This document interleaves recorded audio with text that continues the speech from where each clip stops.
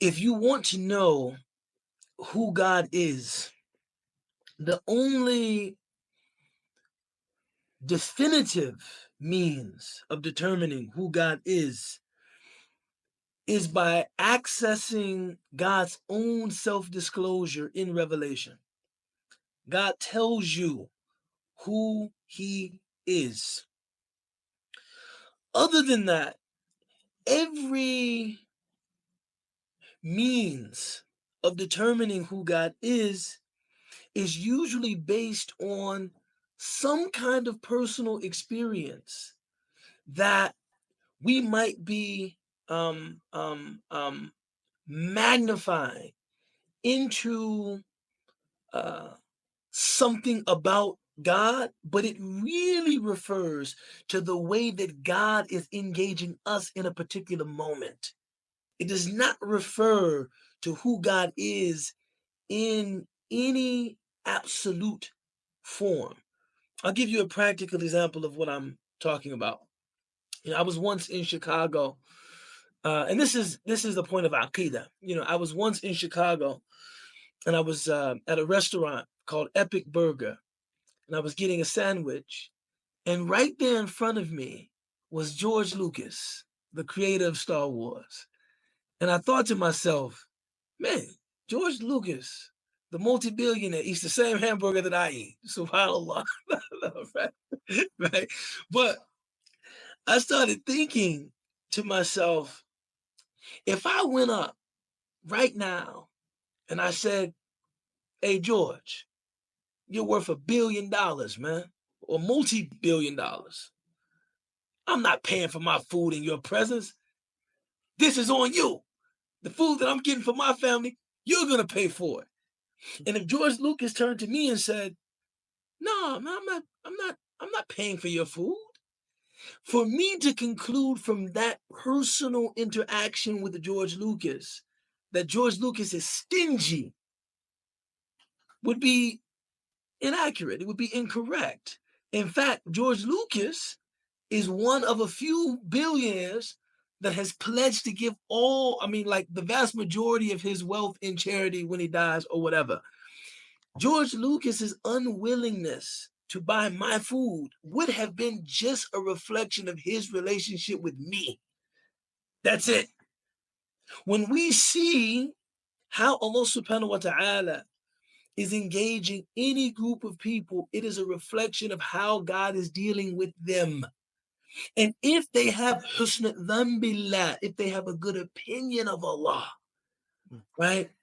If they believe in the unyielding goodness of God, they will find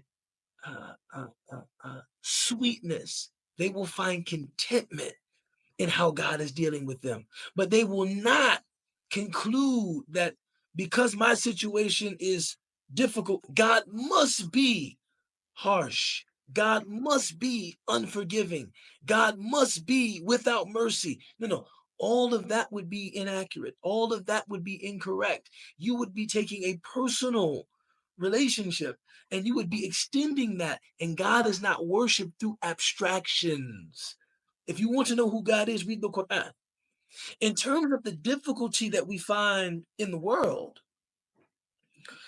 it's very important to know that although these things are difficult, God has decreed them for us. إنما يعينهم على حمل أقداره شهود حسن اختياره. That God has helped us carry his aqdar through our recognition that these things have been especially chosen for us. God is dealing with us in the way that he wants to, because he is trying to bring something out of us. So I want to address the elephant in the room, thinking about what's taking place in Gaza and what's taking place in Sudan, inshallah. For us to see this as just a test for the people of Gaza or the people of Sudan would be, I think, grossly inaccurate. This is a test for the entire ummah.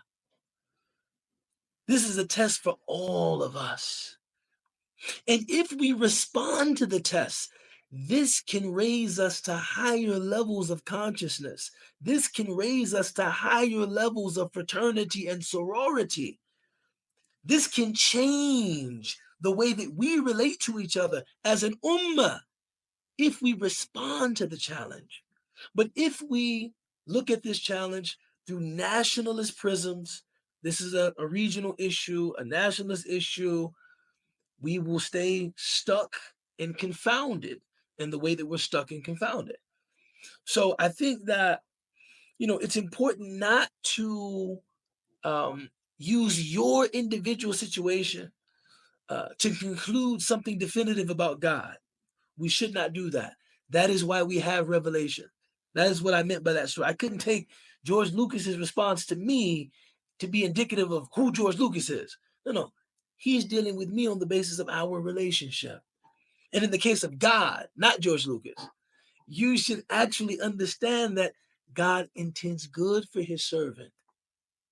God intends through fitna. Fitna, and Shaykh Abdullah referred to this earlier, is the process through which gold is tested for impurities. That is what fitna is. And if you embrace your trial, you will find that Iman is pure gold. Iman is pure gold. So I too am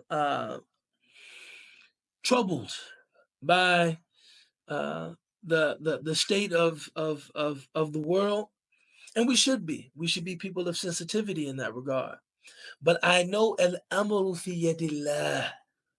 I know that the matter is in the hand of Allah subhanahu wa ta'ala. Right? I know that the matter is in the hand of Allah subhanahu wa ta'ala, and that the test is ours. And I think that I'm interested in how we can begin to strategize concerning how we can respond to this test more effectively as an ummah and perhaps as a species. And Allah knows best.